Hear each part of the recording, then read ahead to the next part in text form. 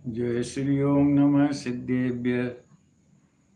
नमो अरहंताणं नमो सिद्धाणं नमो आयर्याणं नमो वज्झायाणं नमो लोहे सव्वसाहुणं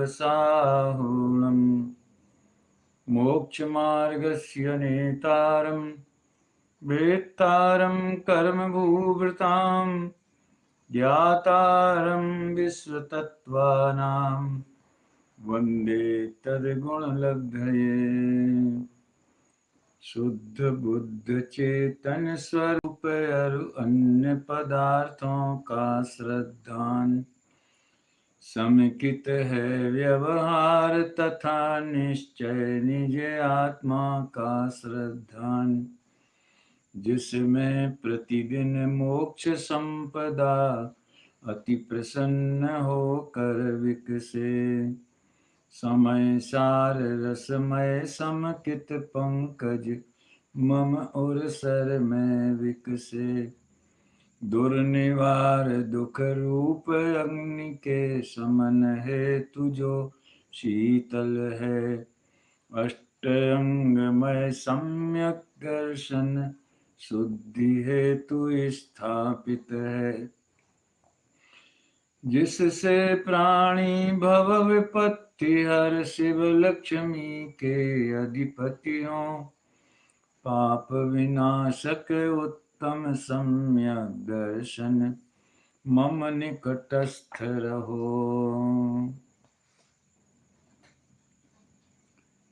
सम्यक दर्शन के सांगोपांग विवेचन की श्रृंखला के अंतर्गत सम्यक्त के होने के पहले जो 5 विशेष योग्यताएं, विशेष प्रकार के परिणाम जीव में सहज ही होते हैं।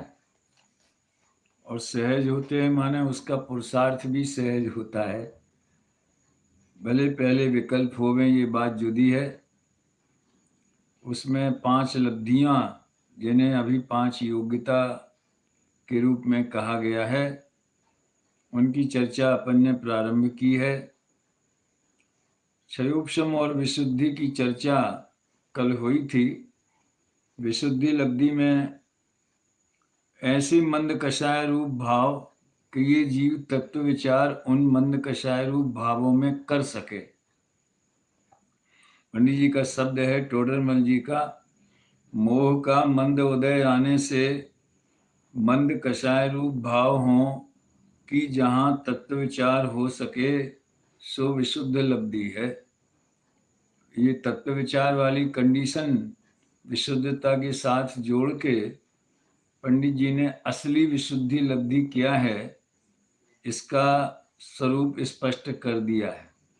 जैसा कि कल बात हुई थी कि मात्र ऐसी मंद कषाय कि कोई घर बार से विरक्त हो जाए, सारा समय देश सेवा में लगा दे, जनता के उद्धार में, परोपकार में, गरीबों की सेवा में स्वयं अपना विषय कषाय का त्याग करे, ब्रह्मचर्य पाले और जैसी कि उसकी कल्पना है वैसे मिथ्या देवादिक जो भी हैं उनका भजन, भक्ति, कीर्तन, प्रभु गुण स्मरण, या जैन कुल का होवे तो किसी मंदिर विशेष से, किसी संस्था विशेष से सारा जीवन उसमें ही समर्पित कर दिया।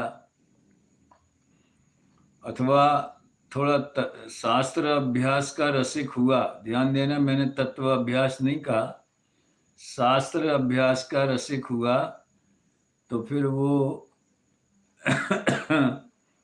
उसमें चला जाएगा, ग्रंथों के पठन में, पाठन में, लिखने में, अनुवाद में, क्लास लेने में, उसमें ही रस आता रहा। सवाल इस चीज का नहीं है कि ऐसी क्रियाएं होती हैं इसलिए वो विशुद्धि लब्धि नहीं है। ध्यान देना, ऐसी क्रियाएं नहीं हो तो भी विशुद्धि लब्धि हो सकती, हो तो भी नहीं हो सकती। कोई अन्वय व्याप्ति, व्यतिरेक व्याप्ति नहीं है।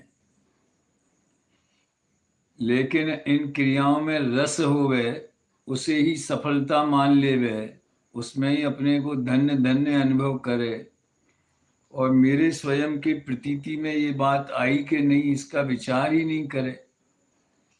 इसके लिए तो शास्त्रों में एक धोबी का उदाहरण आता है कि जैसे वो सबके कपड़े धोता है और खुद मैले कपड़े ही पहने रहता है। इसी तरह से सबके मिथ्यात की धुलाई के लिए खूब जीवन भर तत्व प्रचार में समर्पित, योग और उपयोग सहित।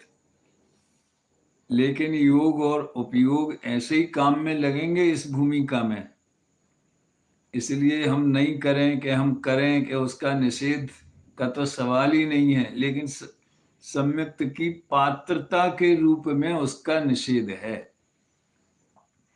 जैसे बाह्य वृत्ति संयम आदि हुए बिना रहते नहीं है और मोक्ष मार्ग है नहीं, इसी तरह से ये ऐसे भाव मंद कषाय आए बिना रहेगी नहीं और सम्यक्त के लिए इससे मदद मिलेगी नहीं। मदद तो अंदर जो एक रस उसके निमित्त से अपने स्वरूप का, भेद विज्ञान का जो रस पुष्ट होता है, वो काम करता है दर्शन मोह की मंदता के लिए। इस बात की तो जितनी चर्चा खुल के की जाए उतना अच्छा है। पंडित सदासुख दास जी ने क्या लिखा है वो अपन देखना चाहते हैं। विशुद्धि लब्धि, पहले जो क्षयोपशम लब्धि हुई है उसके प्रभाव से उत्पन्न होने वाले जीव को साता वेदनी आदि शुभ प्रकृतियों के बंध को कारण, यानी अभी बंध ही चालू है, भले शुभ प्रकृतियों का हो गए, धर्मानुराग रूप शुभ भावों की प्राप्ति होना वो विशुद्ध लब्धि। ये धर्मानुराग शब्द जो है, जो अभी मैंने कहा कि अंदर आत्महित का रस हो, आत्महित के लिए जागृति हो, बाह्य शुभ क्रिया में और शुभ भाव में संतुष्ट नहीं होवे। संतुष्ट होवे तो व्यवहाराभासी है, फिर वो सम्यक्त सन्मुख नहीं है। और अगर संतुष्ट नहीं है, उसे सर्वस्व नहीं मानता, सम्यक्त का उपाय नहीं मानता, आते हैं सहज आते हैं, नहीं तो कहाँ विषय कषाय में जाना नहीं है, आत्मा में रह नहीं सकते। तो शुद्धा तम अरु पंच गुरु जग में शरणा दोय। तो पंच गुरु की शरण में ये सब शास्त्राभ्यास इत्यादि क्रियाएं उसी में शामिल हो जाती। तो धर्मानुराग यानी आत्म जागृति, आत्महित की सावधानी, आत्महित के लिए निरंतर समझ लीजिए वो सावधान है कि मेरा हित तो मेरे प्रतीति भाव प्रकट हो, भेद विज्ञान हो, उसमें है। इन चीजों में मेरा हित नहीं है, लेकिन अब ठीक है, अशुभ से बचे ये अपेक्षित हित है। भविष्य में भी ऐसे निमित्तों की परंपरा बनी रहेगी, व्यवहार से इसे भी हित कह सकते हैं।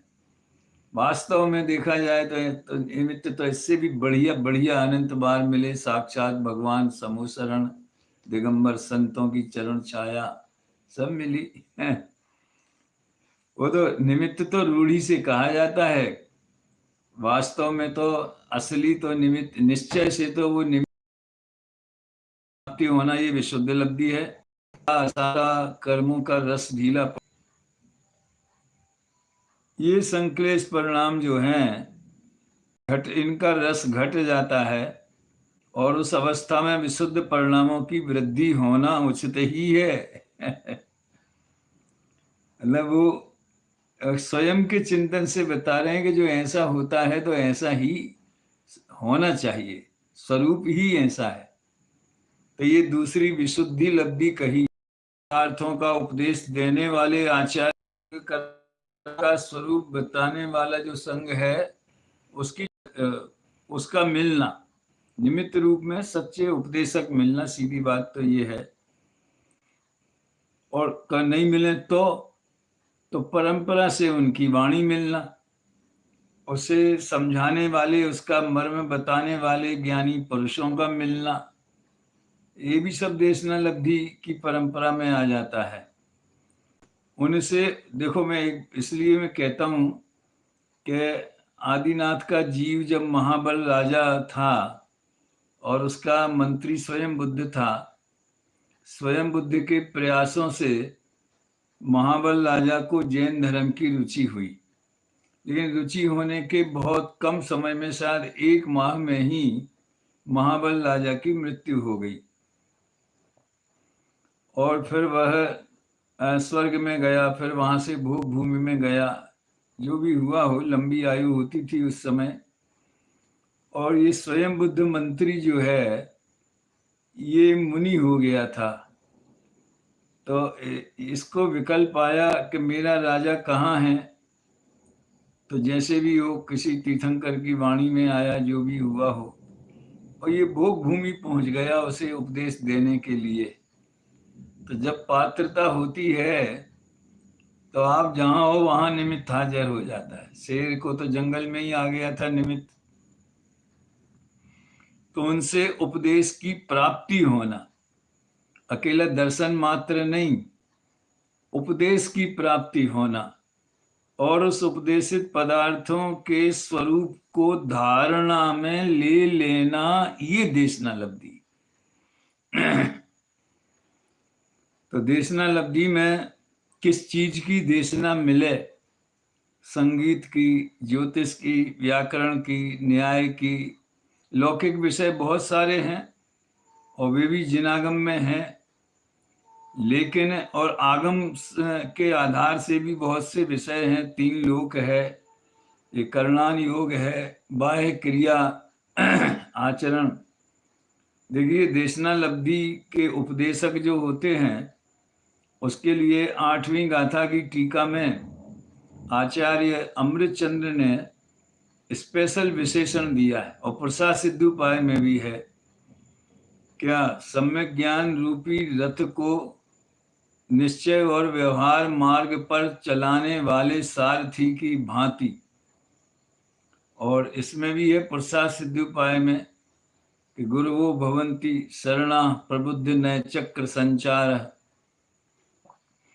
तो नए चक्र के संचार में जो चतुर हैं, प्रतिबुद्ध हैं, भव चक्र के संहार में जो प्रति समय सन्नद्ध हैं, ये है सच्चे उपदेशक का स्वरूप। यानी आपके लिए सीधा प्रयोजन भूत बात क्या है? जो गुरुदेव, समझ लीजिए, उनके पूरे 9000 प्रवचनों को हम 9 मिनट में बता सकते हैं उसका सार। और वे उसी बात को अन्य अन्य ग्रंथों के आधार से, न्याय से, जो भी प्रसंग ग्रंथ में आया, लेकिन उन्होंने उस प्रसंग में वही रस निकाला, वही सार निकाला। भेद ज्ञान और वीतराग दशा का पोषक उपदेश होना। तो परंपरा से ऐसे ज्ञानी पुरुष मिल जाएं और धारणा में ले वे, सुने, विचारे कि ये क्या कह रहे हैं। पूरी वो जो स्वाध्याय के 5 अंग है ना, शब्दार्थ, नयार्थ, मतार्थ, आगमार्थ और भावार्थ।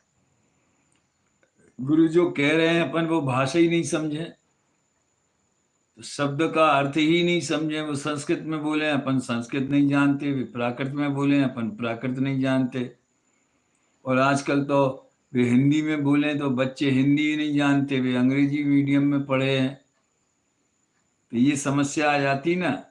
इसलिए धारणा तक पहुंचने के लिए उसका शब्दार्थ समझना जरूरी। फिर वो किस अपेक्षा से और क्यों कहा जा रहा है, उसका प्रयोजन क्या है, तो नयार्थ समझना जरूरी। वो हमारी कौन सी अज्ञान भरी मान्यता, विपरीत मान्यता है, जिसके निराकरण के लिए ये बात कही जा रही है, उसके लिए मतार्थ समझना जरूरी। उसी प्रकरण का जो गुरुदेव कह रहे हैं, जो बता रहे हैं। फिर मतार्थ के बाद यह बात आगम में भी यत्र तत्र मिलती है, इसका आगम प्रमाण भी है, ताकि कोई शंका नहीं रहे। तो आगमार्थ समझना भी जरूरी। और अंत में देह से भिन्न भगवान आत्मा ही उपादेय है, ये भावार्थ समझना जरूरी।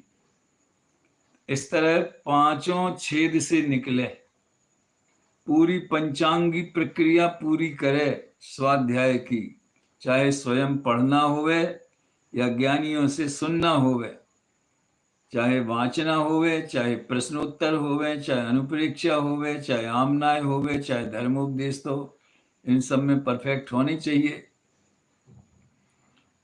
तब वो चीज अपनी धारणा में बैठती। धारणा में नहीं आवे और केवल कानों से सुन लेवे, तो वो देशना की लब्धि नहीं हुई। देशना तो मिली, लेकिन हमें उसकी प्राप्ति नहीं हुई। निसुना हो निकल गया, वो ठहरे ही नहीं अंदर में, दूसरे काम में लग गए, धंधे व्यापार में लग गए, उसमें इतने व्यस्त हो गए कि दोबारा जाने का, दोबारा उस विषय को सोचने सुनने का समय ही नहीं मिला। तो काय की देशना, हाँ। और धारणा का अर्थ केवल स्मृति में वो चीज सुरक्षित है इतना नहीं, ध्यान देना जरा। वो जो कहा है उसके आधार पे तत्व निर्णय करके वो निर्णय धारणा में सुरक्षित होना चाहिए। ये देशना लब्धि का बहुत सुंदर वर्णन है। नरक आदि में जहां पर उपदेश देने वाले नहीं हैं, वहां पर पूर्व जन्म में तत्वों का जो अर्थ धारणा में लिया था, उसके संस्कार के बल से सम्यक दर्शन हो जाता है। यही बात टोडरमल जी ने कही थी सम्यक्त सन्मुक्ता वाले में, कि परलोक तिरंच आदि गति में जाए तो भी वहां संस्कार के बल से देवगुरु शास्त्र के निमित्त बिना भी सम्यक्त हो जाए। आजकल के संदर्भ में लोगों को बड़े ये प्रश्न उठते हैं, और स्वाभाविक है। अब जैसे गुरुदेव उपलब्ध नहीं है, तो उनकी परंपरा के वक्ता उपलब्ध हैं, अपने साधर्मी उपलब्ध हैं, तो परंपरा से अपने को वो ज्ञान श्रुत परंपरा से अपने पास आ रहा है।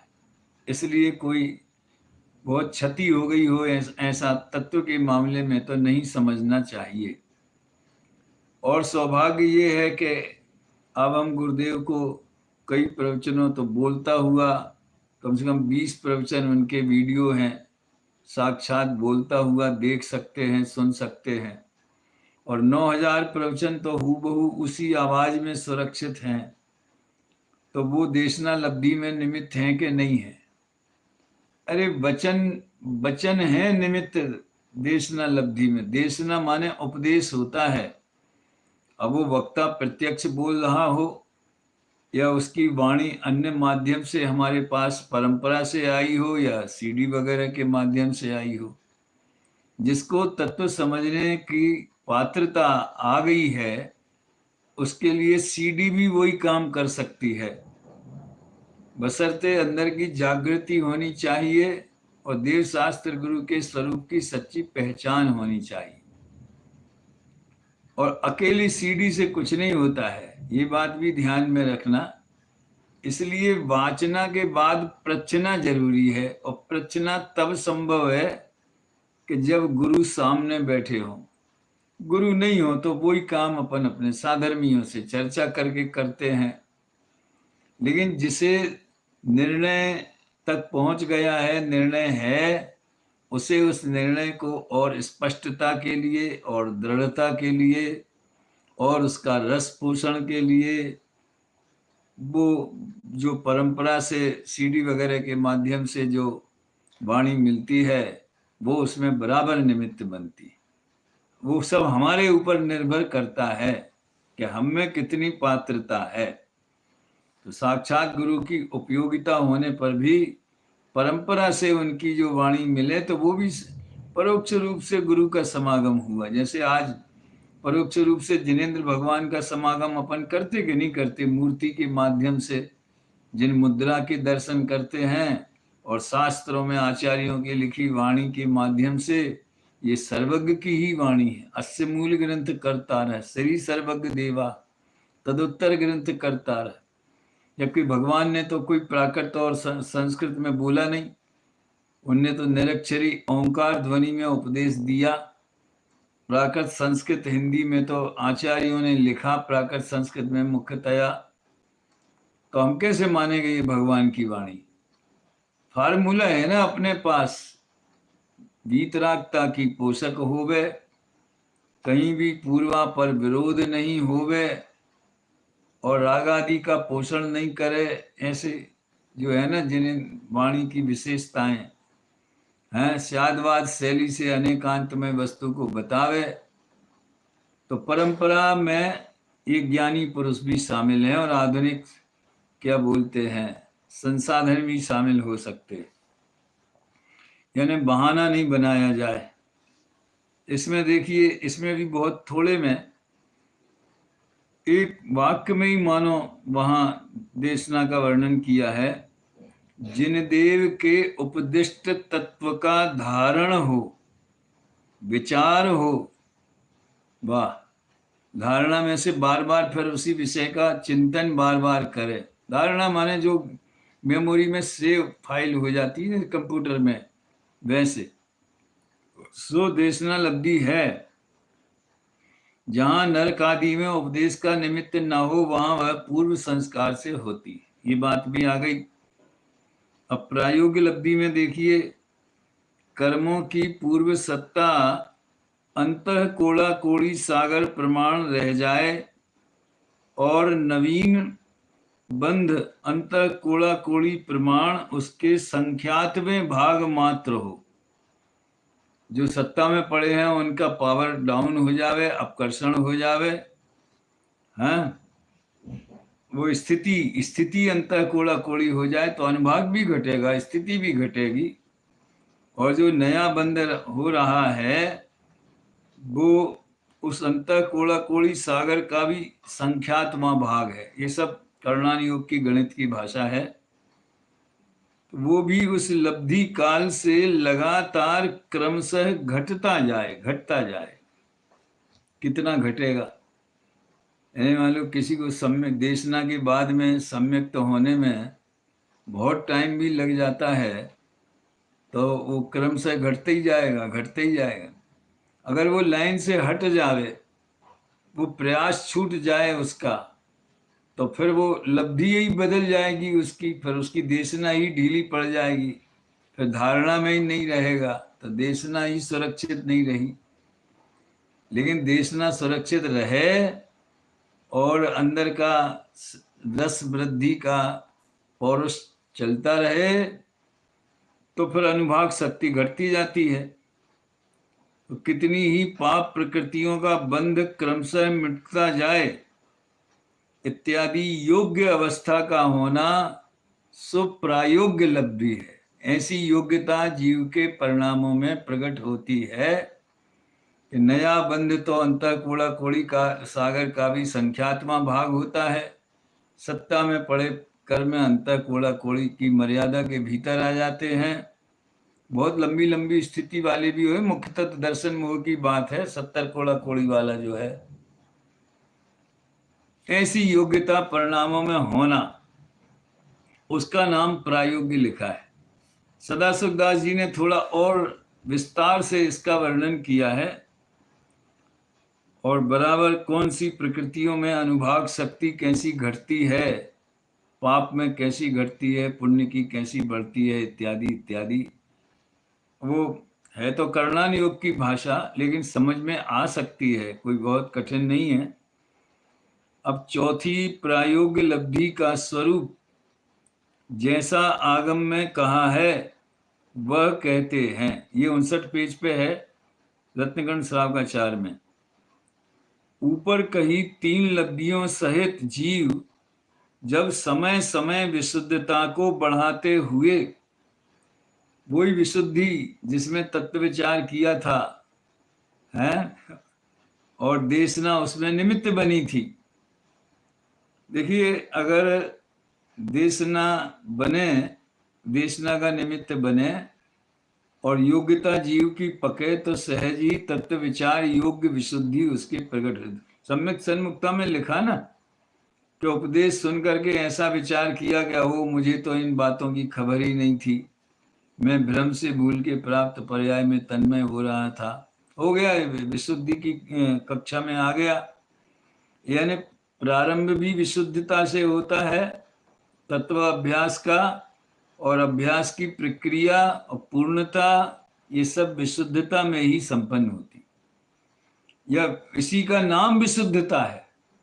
कोई कोई अलग से कोई नई विशुद्धता इसके अलावा सम्यक्त के लिए नहीं होती है कि बहुत अधिक व्रत उपवास इत्यादि करे। वो तो वो उसके उदय भावों की धारा, वो प्रसंग दूसरा है। नहीं तो लोग समझेंगे कि इसका निषेध करते हैं। अरे तो उससे इस सम्यक्त में कोई हेल्प नहीं। द्रव्यलिंगी क्या कम उपवास इत्यादि करता होगा, है तो भी 9वें गिरे तक पहुंच जाता है, तो भी सम्यक्त सन्मुख नहीं है।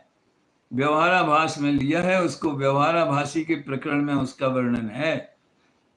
तत्व अभ्यास होने पर भी दृष्टि की विपरीतता बनी रहती है। बड़ी विचित्र बात। दृष्टि की विपरीतता माने अभ्यास में ही संतुष्ट हो गया।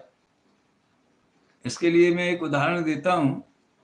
कल्पना है एक कि एक मान लो बंबई में एक महिला रहती है, पति ऑफिस में काम करते हैं, 2 छोटे छोटे बच्चे।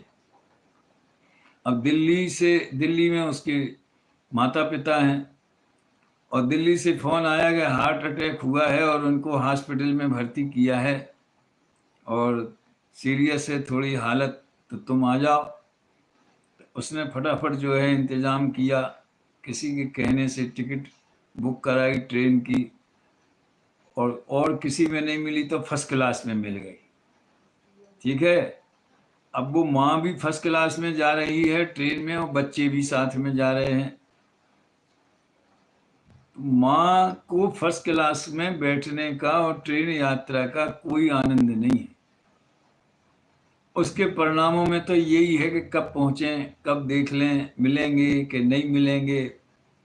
अगर आज की परिस्थिति होवे तो घड़ी घड़ी में मोबाइल आता जाता रहेगा, फ़ोन पूछती रहेगी कि हम यहाँ पहुँचे हैं, इतनी देरी है, वो है, डॉक्टरों ने कहा ठीक है, उम्मीद तो ये सब उसका जो चिंतन और चित्त जो रस है, उसको इससे कोई मतलब नहीं है कि हम किस ट्रेन में बैठे हैं, कौन सी अच्छी ऊंची कक्षा में बैठे हैं, बड़ा आराम है।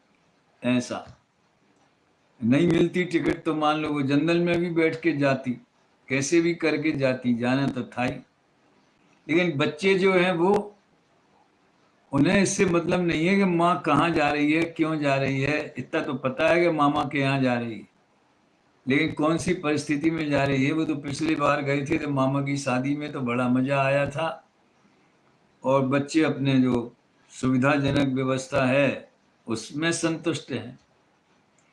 बाह्य क्रिया और उसमें संलग्नता उपयोग की, वो दोनों की लगभग एक सरीखी है, लेकिन माँ को उसका रस नहीं है और बच्चों को उसका रस है। ऐसे ज्ञानी भी विशुद्ध परिणामों में से होके गुजरते हैं, शास्त्र इत्यादि अभ्यास इत्यादि क्रियाओं में से, उसमें से पास होते हैं, लेकिन लक्ष्य उनका अपने स्वरूप की अनुभूति का ही है। इसलिए वे इनको कोई बहुत बड़ी उपलब्धि हो गई ऐसा नहीं मानते, व्यवहार में चाहे कोई कुछ भी कहे।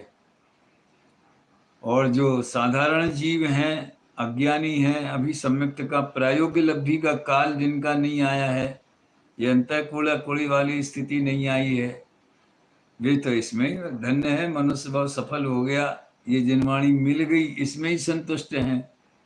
देखो व्यवहार से ये बात कही जाए कि हाँ ये धन्य भाग्य है जो जिनवाणी मिल गई, धनी है जिन बैन बड़े उपकारी, वो तो भाव आता ही है। सवाल तो अंदर के रस और संतुष्टि का है।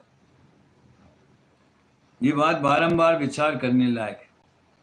चौथी प्रायोगिक लब्धि का स्वरूप जैसा आगम में कहा है, वो कहते हैं ऊपर कही 3 लब्धियों सहित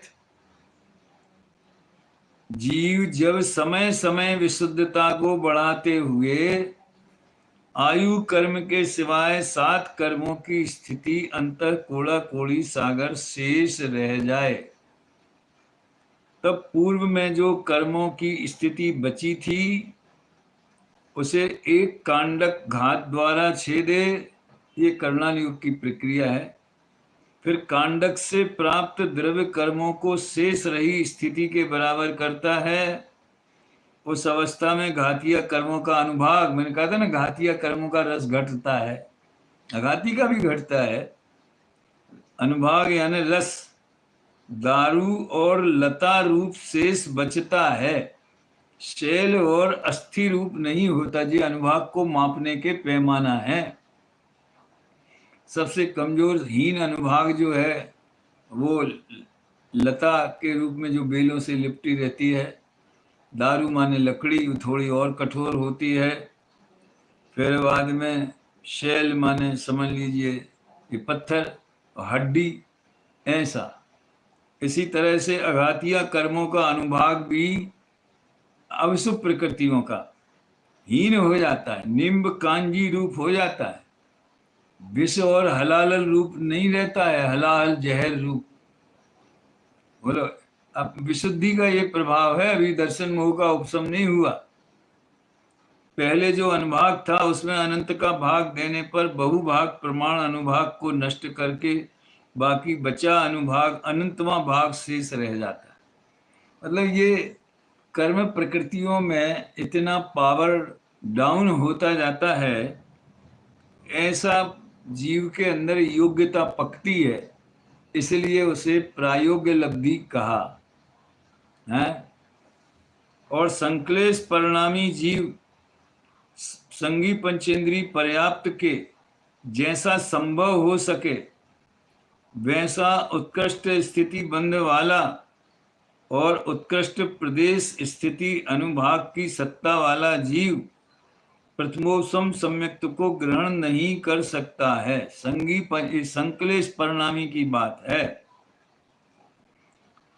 क्योंकि उसके परिणामों में अभी वो योग्यता ही नहीं पकी, अभी स्पीड ही कम नहीं हुई तो यूटर्न कैसे लेगा। तथा छपक श्रेणी में जो बंध संभव है उतनी परिणामों की विशुद्धि व जघन्य प्रदेश स्थिति अनुभाग की सत्ता रह जाने पर भी प्रथमोपम सम्यक्त्व की प्राप्ति नहीं होती है। अरे गजब हो गया। छपक श्रेणी को भी याद किया। मतलब चारित्र मोह की प्रकृति में भी हीनता हो रही है, उसकी भी अनुभाग शक्ति घट रही है और अन्य कर्मों की भी घट रही है, लेकिन अभी वहां तक नहीं पहुंचा। स्वाद रस स्वादत सुख उपजय अनुभव या को नाम। प्रथमोपम सम्यक्त्व के सन्मुख हुआ मिथ्या दृष्टि जीव विशुद्धता की वृद्धि कर आगे बढ़ता हुआ प्रायोग्य लब्धि के प्रथम समय से लगाकर पूर्व स्थिति के संख्यात्वें भाग मात्र अंतर कोड़ा कोड़ी सागर प्रमाण आयु कर्म के सिवाय 7 कर्मों की स्थिति बंद करता है। उस अंतर कोड़ा कोड़ी सागर बराबर स्थिति बंद से पल्ल के संख्यात्वें भाग मात्र घटता हुआ स्थिति बंद अंतर मुहूर्तक समानता के लिए करता है। अभी पूरा उन्होंने वही भाषा उसी में लिखा है। स्थिति बंधापसरण, प्रकृति बंध अपसरण, ये सब जो उस समय परिस्थितियां बनती हैं। और अंत में ये लिख दिया 34 बंधापसरणों का वर्णन विशेष जानने की इच्छा हो तो श्री लब्धि सारजी ग्रंथ से जान लेवें। प्रायोग्य लब्धि के विषय में और भी विशेष उसी ग्रंथ से जानना। और फिर करण लब्धि आती है जिसमें अधय करण, अपूर्व करण, अनुवृत्ति करण, जुदे जुदे परिणाम, अलग अलग ढंग से शुरुआत, फिर अपूर्व करण में अपूर्व अपूर्व परिणाम, अनुवृत्ति में सबका एक सा।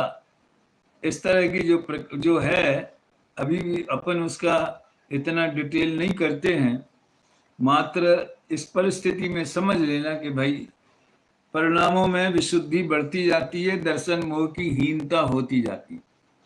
अब उसे नापने के लिए ये करण लब्धि के परिणाम पंडित साहब ने कहे हैं। इसमें जो खास बात है मोक्षमा प्रकाशक में, वो मैं पढ़ता हूं। देखो,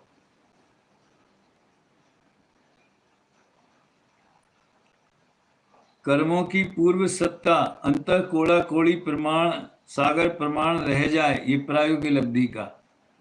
नवीन बंध अंतर कोड़ा कोड़ी प्रमाण उसके संख्यात्वें भाग मात्र हो और उसी काल लब्धि काल से लगाकर क्रम से घटता जाए।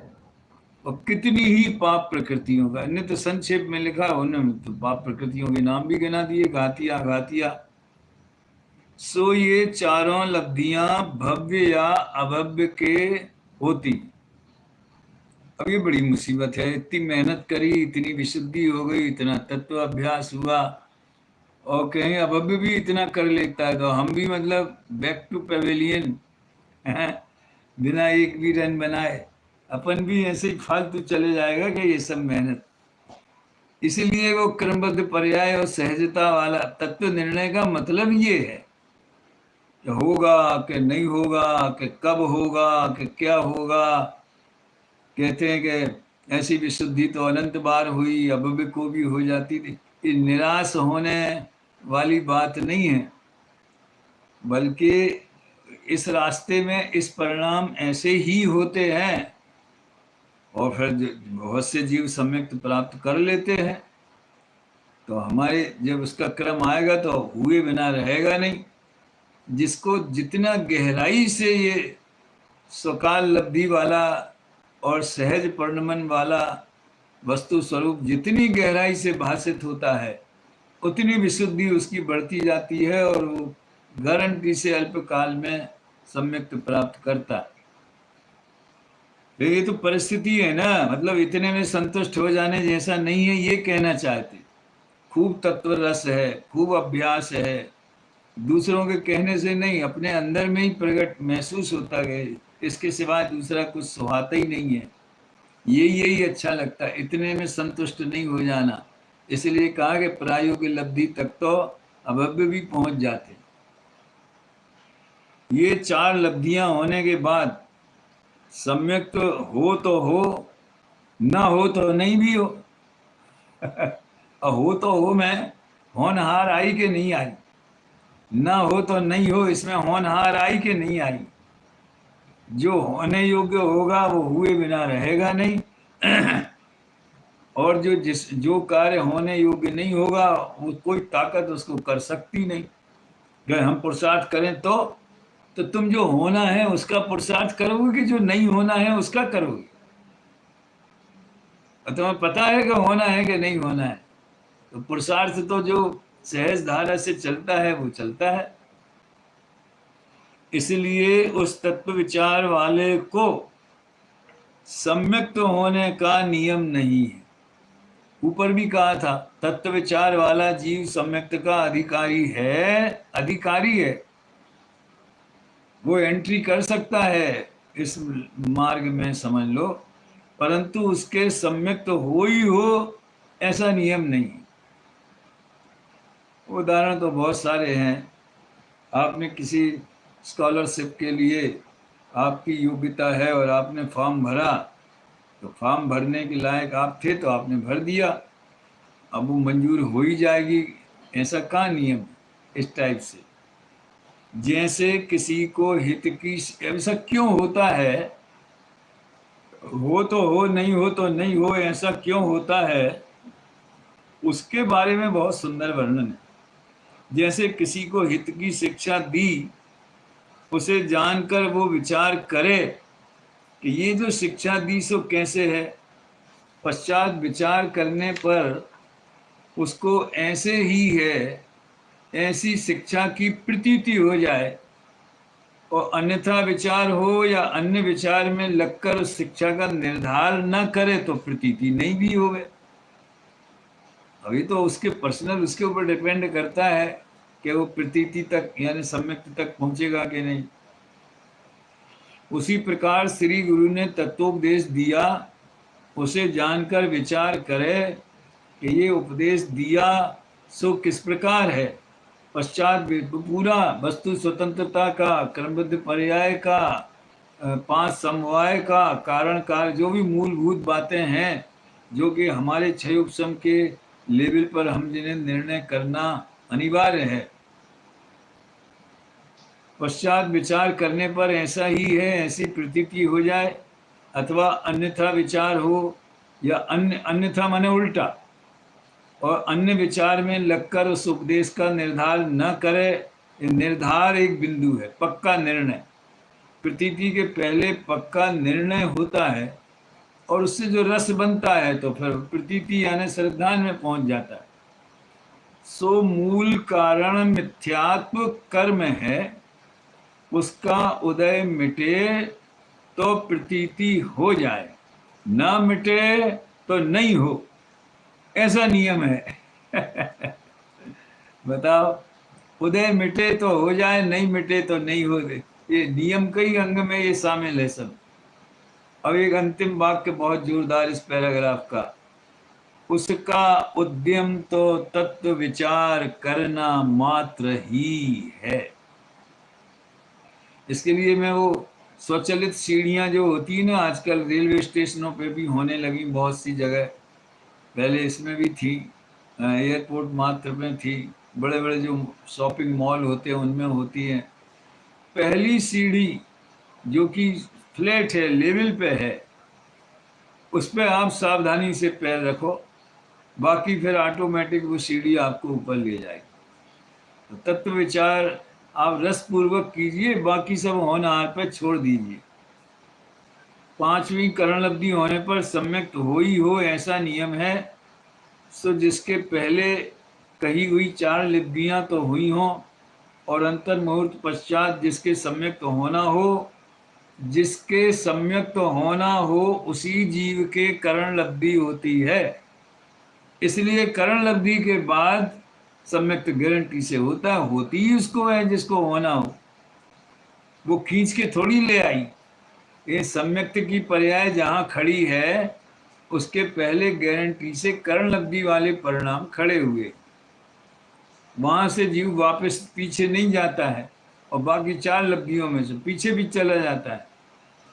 और देखिए, इस करण लब्धि वाले के बुद्धि पूर्वक तो इतना ही उद्यम होता है कि तत्व विचार में उपयोग को तद्रूप होकर लगाए। ये भाव पक्ष से करण लब्धि का वर्णन है, क्योंकि प्रायः करणान योग की पक्ष से बात आती है। उसमें समय समय परिणाम निर्मल होते जाते हैं। जैसे किसी के शिक्षा का विचार ऐसा निर्मल होने लगा कि उसको शीघ्र ही उसकी प्रतीति हो जाएगी, उसी प्रकार तत्वोपदेश का विचार ऐसा निर्मल होने लगा कि उसको शीघ्र ही उसका श्रद्धान हो जाएगा। इन परिणामों का तारतम्य केवल ज्ञान द्वारा देखा भगवान ने, और उसका निरूपण करणान योग में किया, परंपरा से जो आचार्यों तक आया उन्होंने।